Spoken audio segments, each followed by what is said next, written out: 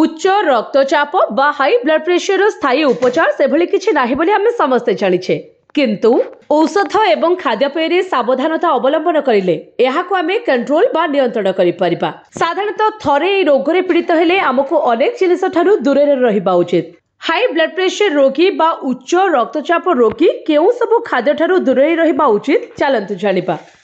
उच्च रक्तचाप रोगी पाउरुटीर सेवन करने उचित नुहे। एथिरे सोडियम रो मात्रा अधिक थाए जहाँ रक्तचाप को वृद्धि करिथाए। तेणु मासकु थरे दुई थर पाउरुटी खाई परिबे।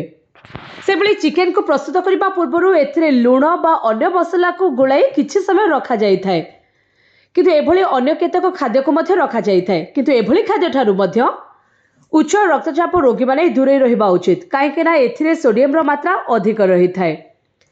सेबली कैफिन स्वास्थ्य पाई कैफिन भल नुहे। एथिलागी कॉफी एवं सोडा भली पानीय ठारू दूरे रहंतु। चा मध्य न पीबा भल अटे। सेबली अधिक रागयुक्त खाद्य उच्च रक्तचाप पाई हानिकारक होइथाए। खाद्य रे व्यवहार हेउथिबा मसला रक्तचाप समस्या को अधिक करिथाए। एणु कम मसलायुक्त खाद्य खाइबा उचित अटे। सेबली उच्च रक्तचाप रोगी पाई लूण जहर भली होइथाए। एहाको अधिक खाइले हृदय जनित समस्या वृद्धि होइथाए। सेबली उच्च रक्तचाप रोगी को शर्करा बा चीनी नचेत मिठा जातीय जिनिस दूरे रहिबा उचित अटे एवं उच्च रक्तचाप रोगी पोटासियम थिबा खाद्य अधिक परिमाण रे खाइबा उचित अटे काहेकि ना एहा रक्तचाप को नियंत्रण रे रखिथाए।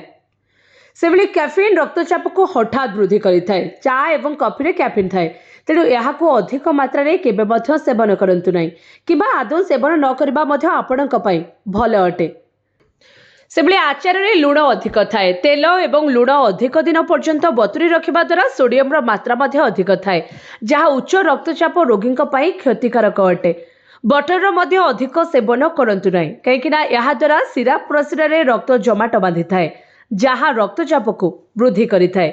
निशा द्रव्य रो आदौ सेवन करंतु नाही एहा द्वारा मध्य रक्तचाप वृद्धि पाई थाए।